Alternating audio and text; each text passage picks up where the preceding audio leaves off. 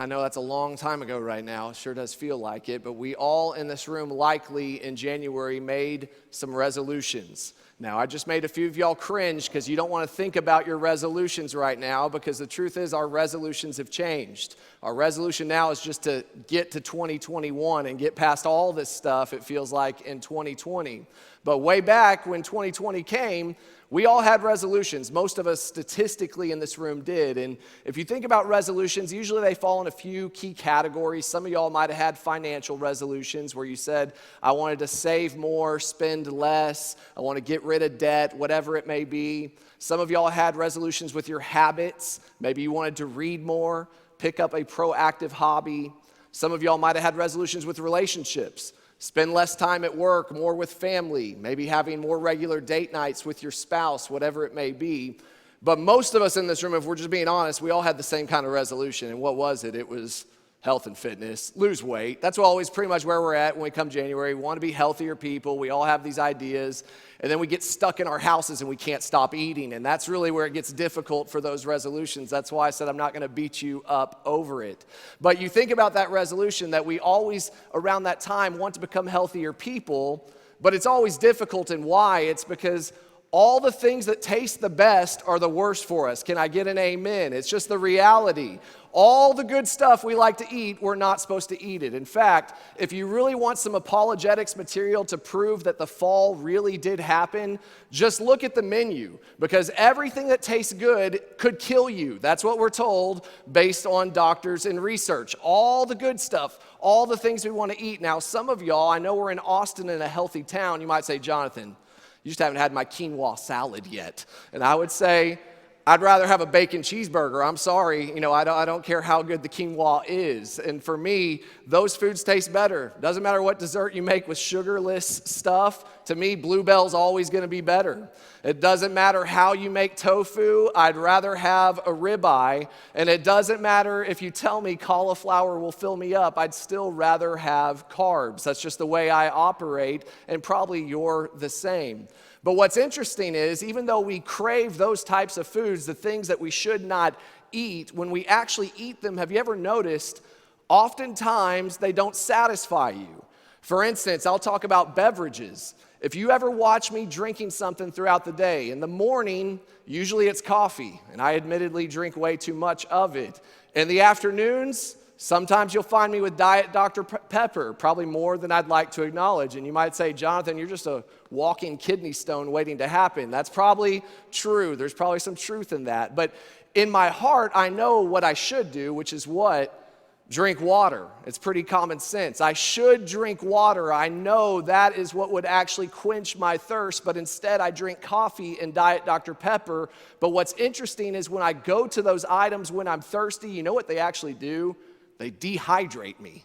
That they don't actually quench my thirst. Medically, they actually make my thirst worse. Same thing when it comes to hunger. If I'm hungry around my house, the thing I want to go eat is a bag of chips. But if I go and eat a bag of chips, have you ever done that where you watch a game and suddenly they're all gone and you still are hungry? It's because there's no sustenance in it. There's nothing. There's no filling fiber. There's no nutrients. It's all just garbage that we're putting into our bodies, and we can eat it, but it doesn't fill us up. And so often in our life spiritually, we take the same approach to our spiritual diets. Isn't it amazing that we crave things in our flesh that we know we should not crave, and then when we feed our flesh with those items, we think it's going to fill us up, but those of us that have walked with the Lord for a while, we'd all agree, we still feel empty. We still feel hungry. And Jesus is going to talk about this idea today in Matthew chapter 5, that all of us in this room, you are spiritually hungry and spiritually thirsty. That's how God made us. But all of us in this room likewise have a decision of how are we going to fuel our bodies, our spirits. And too often in our lives, we feed ourselves with the wrong things. And when we do, we walk around this world unhappy. But Jesus says that you can actually be blessed if you hunger and thirst for the right things. So if you have your Bible, open up with me. Matthew chapter 5 is where we are. You'll see him explain it himself. But Matthew chapter 5, we're going to begin in verse 1, do a little bit of recapping. We're told, seeing the crowds, he went up on the mountain, speaking of Jesus, and when he sat down, his disciples came to him. And he opened his mouth and taught them, saying, now you remember, once again, we're in the Beatitude series. So he's on the Sermon on the Mount. Jesus is going up this mountain. It's this hill there by the north shore of the Sea of Galilee. Jesus is in his first year of popularity on this earth. That for 3 years, Jesus was on a tear. Everybody wanted to see him. Everybody wanted to hear from him. And this is when his popularity starting to heighten. And he goes up this mountain to take the posture of a rabbi, to sit down and talk to the multitudes that are following him around. And he brings up this topic of blessing. He says this word blessed. This is all we're talking about. The Latin word's beatus, where we get the Beatitudes, that we've been discussing this over and over. And he talks about this idea of being blessed, which we've defined blessed as ultimately being a lasting form of happiness. It's a happiness that transcends all circumstances, meaning it doesn't matter what happens in your world or my world, at home, work, anywhere we go. Jesus says there's a group of people in this world that are happy because their happiness doesn't come from the things of this world. But he says only certain people experience it. And each week we've been talking about, well, who's blessed? How do I get that kind of blessing? And he explains it once again as we skip down to our text today, verse 6. He says, blessed are those who hunger, there's our word, and thirst for righteousness. He says, for they shall be satisfied. So he says, blessed are those who hunger and thirst for righteousness, which we'll talk about that in just a moment. But the first thing I really want us to acknowledge is he brings up that topic I alluded to, about this idea of hunger and thirst, which is important for us to establish just a simple foundational point this morning that I alluded to earlier. The first point this morning is that we are all born hungry. All of us in this room, you are born hungry. That's how you came into this world. Now, first we came into this world born physically hungry, which I've been in that delivery room 3 times. I can tell you, no one had to teach my kids how to get hungry. It all happened. That they all got hungry just like you and I did when God brought us into the world physically. We all craved nourishment, that we don't have to teach us that physically. But likewise, what Jesus is trying to say is spiritually in our hearts, we're hungry. All of us in this room are hungry. You might say, what does that mean? It means you want more. You want satisfaction. You want purpose. You want fulfillment. That you want all these things. And Jesus says that's actually in you because God put it there, not the world. He says you're hungry. You and I are hungry and we're thirsty. You might say, how do I know that? If you go backwards to the book of Ecclesiastes, so go backwards in your Bible in the middle. If you open up it right in the middle, you'll be around Psalms, Proverbs. Turn right. From there, you'll find Ecclesiastes. And Ecclesiastes in chapter 3, Solomon, who was the wisest man to ever walk this earth outside of Jesus Christ, he came to this conclusion where he observed this same reality in chapter 3. Chapter 3, verse 11, he says, he has made everything beautiful in its time, speaking about the Lord. He says, also, he has put eternity into man's heart, yet so that he cannot find what God has done from the beginning to the end. So Solomon says, God made us all in his image, that he's put us aside from the rest of creation. He made us different. If you remember in the garden, when he made everything on those first 6 days, what did God say? It's good, it's good, it's good, it's good, it's good. But what did he say on day 6 when he made us in his image? It's very good. That we're set apart, we're different because we carry the image of God. And Solomon says, because we carry the image of God, he put eternity into my heart and yours. What does that mean? It means you and I are always looking for something more than we really have. That it's in us. That it has nothing to do with anybody else around us. It's just in us. That there's a reason why we're never happy with what we got. There's reasons why we want more. There's reasons why you and I wake up every day just a little bit dissatisfied. And it's because God put eternity, a desire for more than this world has to offer in my heart and your heart. And he put it there ultimately so we could go to the one that could feed us what we want. But unfortunately, oftentimes we go to the wrong sources. Many years ago when I was growing up, as y'all know, I was a native Austinite, so I'm getting to return. It's a homecoming of sorts for me. But I was in Austin for the first 18 years of my life. And I remember I grew up in chapel choir, which some of y'all will know what chapel choir is from your old church backgrounds. Back in the day when I was in youth, chapel choir was a rocking thing at my church, which we sent 100 kids all over the country every summer to go on these different choir tours, we would call them, which the choir tour was a loose term because really it was a tourism trip for us is the way we felt about it, to be honest, as kids. But we also did ministry and we also sang. We did all those things. But I remember the summer of going into my senior year, we went to New York City. And we went to New York City that summer, and I was fresh off of what I would call my own salvation experience, which I don't have time today to get into that whole story. Some of y'all have heard it on video already. But I had surrendered my life to Christ, and God did start a new work in my heart. And I remember I was starting to want to do the things that God had always wanted me to do. I still did a lot of things I shouldn't have done, but I had new desires, what God would say is a new heart.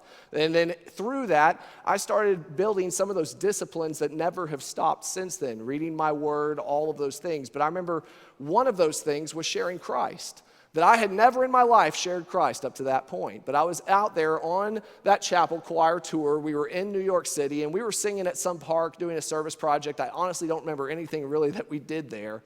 But I remember God put it in my heart to go be bold and go share my story. And I'm 17 years old, and I see in New York City a group of young adults. They're probably a bunch of 20-something guys. And I remember they were playing Ultimate Frisbee or something. They were playing in the park. And I kind of watched them from afar, kind of that evangelist stalker. And I watched them over there, and I saw that they finally stopped. And I made my way over there. And I'm wearing my bright shirt that identifies that I'm weird and not from around there. And I'm wearing something with all these other kids that are wearing the same shirt. So I stuck out, and I go show up to these guys. And I started just talking with one of them who was probably about 25 years old at the time, I'm guessing. And I just started telling him about who we were, why we were there, the mission trip, who we were. And I began to actually share with him immediately my testimony, where I told him about what God had done in my life in recent weeks and how he had called me to a new life. And I remember he's hearing all this thinking, what on earth is happening? I'm probably doing more harm than good, but my heart was right. And I'm speaking to the guy, and I asked him just point blank by the end of it, are you a Christian? And he looked at me probably shocked, and he said, well, I've been in church for a long time. He said, I've gone off and on for most of my childhood. I said, well, yeah, so did I, but are you a Christian? Have you decided to follow Christ?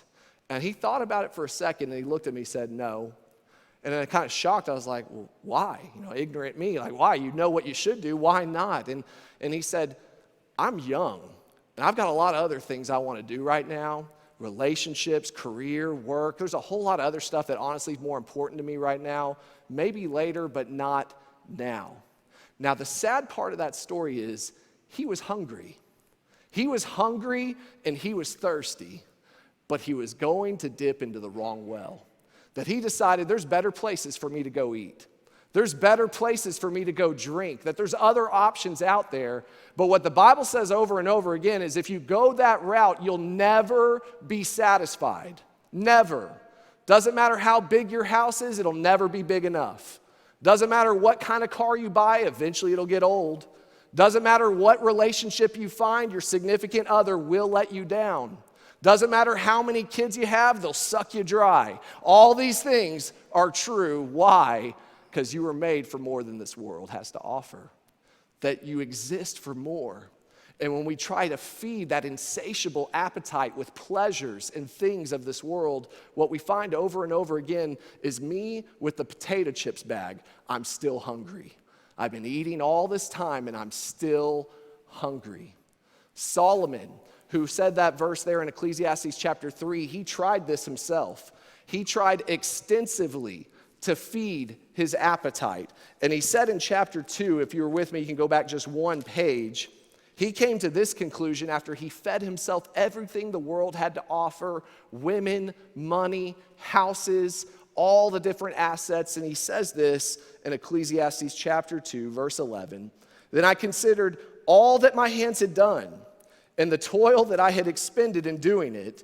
And behold, all was what? Vanity. And he said, and a striving after the wind, and there was nothing to be gained under the sun. What a tragic story. that Solomon says, I'll just fess up to it. I spent all my life trying to feed that appetite, and I'm still starving. That I tried getting everything in the world, and actually I got it all, but I was as empty as when I started. And so often in our lives, we find ourselves doing the same thing. That we wake up hungry, dissatisfied, and God says, yep, I know where you can get that fix. And we say, nah, I know another option. I got a better route. And then we get it, and we discover we're still empty. And why? It's because our second point is simply this: Jesus satisfies the hunger in our souls. Jesus alone, he alone will satisfy the hunger that is in your soul. He says in John chapter 6, verse 35, Jesus said to them, I am the bread of life, and whoever comes to me shall not hunger, and whoever believes in me shall never thirst. Jesus says, I'm what you've been looking for. He says, anybody that comes to me, they're no longer hungry, they're no longer thirsty in this world. He says, I give them everything that they need. So the question might be, well, then why are people not hungry when they come to Jesus Christ by grace and through faith? It's because they find what they're looking for. And what are they looking for? Righteousness. They find righteousness. What is righteousness? It means you've become right with God.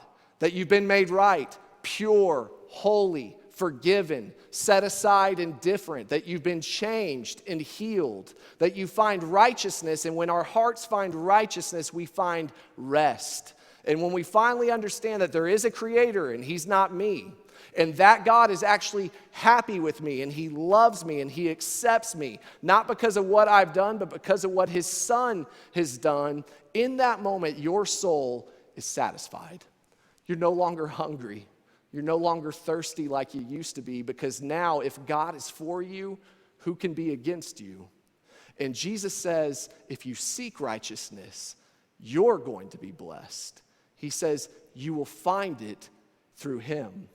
In 2 Corinthians chapter 5, verse 21, we're told that through Christ alone, that for our sake, he who knew no sin became sin, that simply through him, we might become the righteousness of God. And that means that Jesus Christ took all of our sin on that cross. It's what Martin Luther calls that great exchange. That he who knew no sin became sin so that we might become the righteousness of God. Jesus lived the perfect life you never could have lived.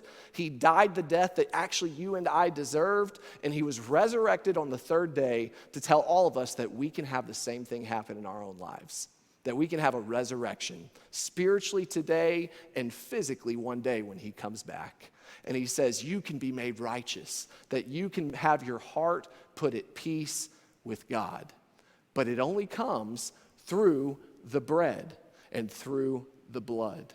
So the question really I think that we have to ask today is simply this: what are you feeding yourself? What are you feeding yourself? Because if it's anything else, you're never going to find that which you're really looking for. But what's funny is even if you come to Christ and you do that which I'm imploring everyone to do today, the amazing thing is even after you have a great meal, you're still hungry. Just last week, I had a great meal, and I'm still transitioning to Austin. We're actually still in the process of moving all our stuff. I moved some boxes for my office. We're going to move all of our belongings in about a week, a little over a week. But this last week I was in Austin, and I know Austin has great food, one of the many reasons I'm excited to be here. And I was taken to a steakhouse down the road, Steiner Ranch Steakhouse. Some of y'all will know that. I would call that great food. And I went there, and I was looking forward to it because I'd heard great things. And when I showed up there, this will all be old news for many of y'all because you've been there. It was my first time. I pulled up there. I'd never seen it, never knew it was back there. And we pull up. Gorgeous view, if you've ever been there. You see the lake, you see the water. It's a beautiful atmosphere, nice, beautiful restaurant. And I sit down with good company, and we're sitting there, and we order. And that night, I feasted. And for me, what's a feast? It's a 10-ounce filet, medium rare. It does not get much better than that in my book.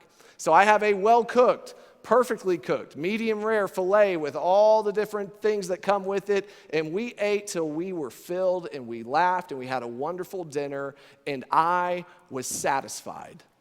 But you know what happened at 5 a.m. the next day when I woke up? I was hungry. Still hungry. Didn't matter how good the meal was, I was still hungry at 5 a.m. the next day when I woke up. And why? It's because, once again, our third point simply today is this. Our third point is that the hunger pains will still return daily. Hunger pains still will return daily. I like the way John Stott says it. He says that our hunger is satisfied only to break out again.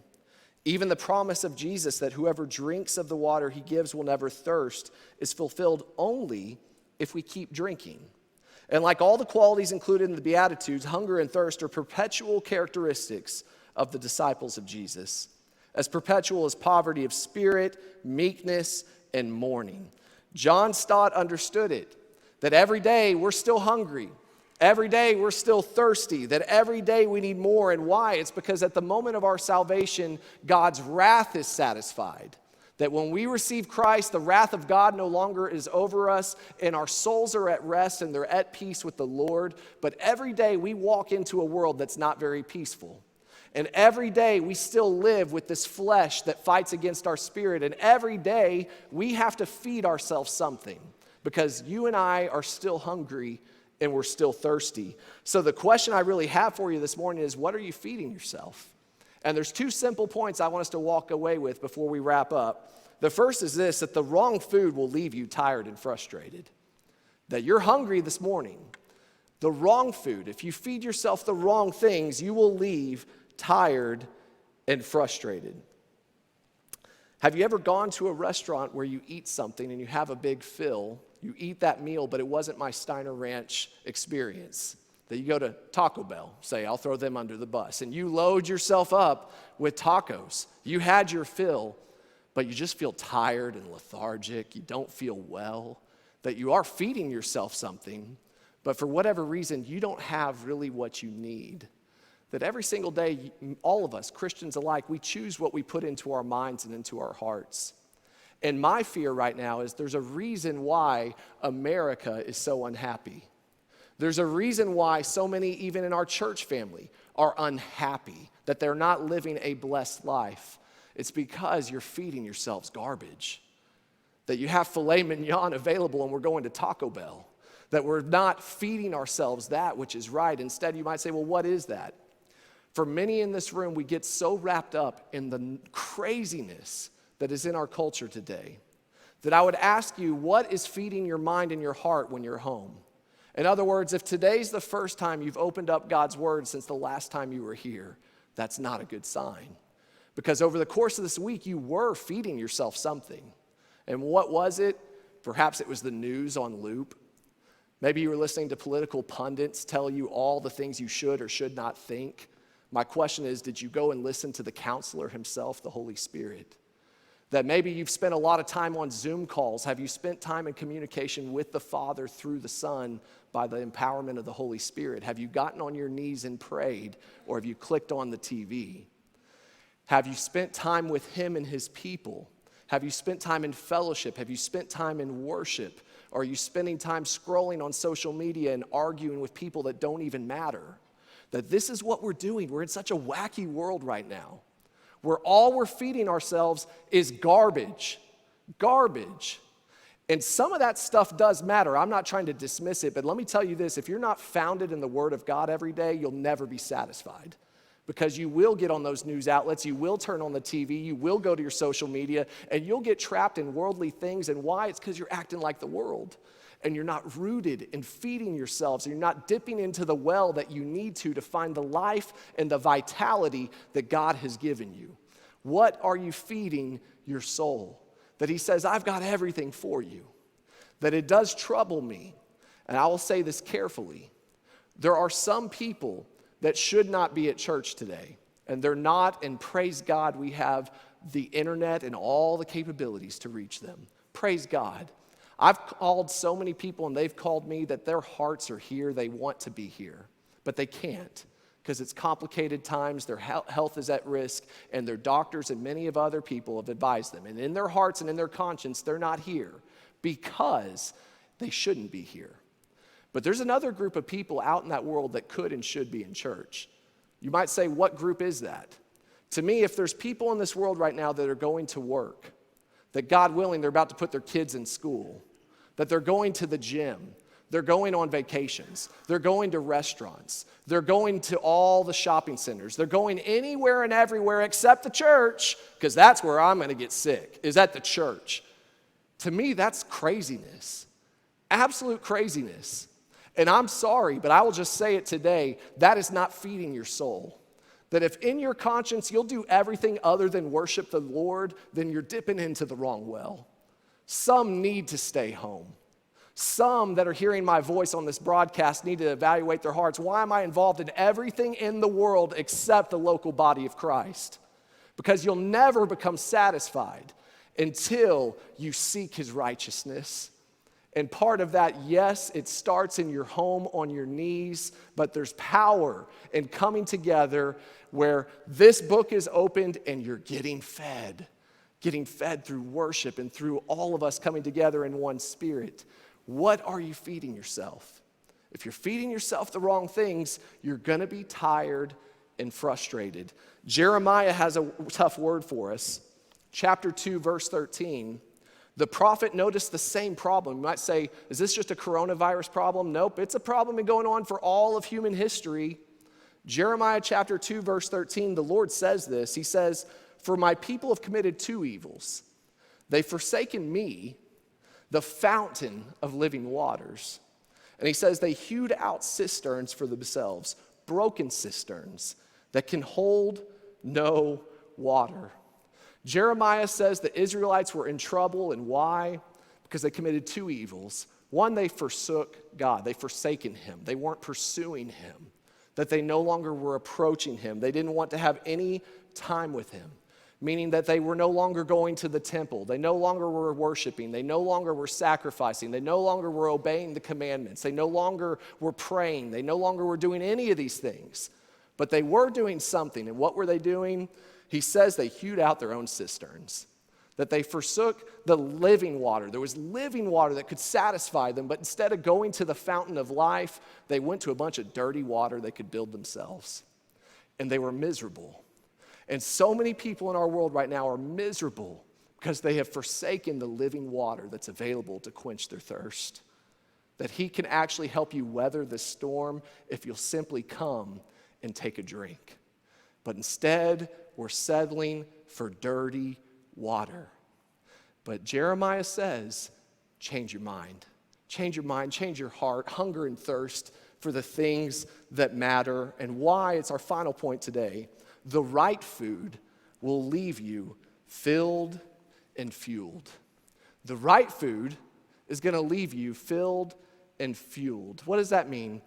The right food, the Word of God, the fellowship of the saints, the prayer, the spiritual disciplines, all of the things as we seek righteousness together, will leave filled as we enter into this world, filled with His Spirit, filled with power and courage to take on all the problems that we face today, that will be fueled. We won't be walking on empty carbs. We'll actually have what we need to empower us to become all that God's called us to be, but it only happens if you feed yourself the right stuff.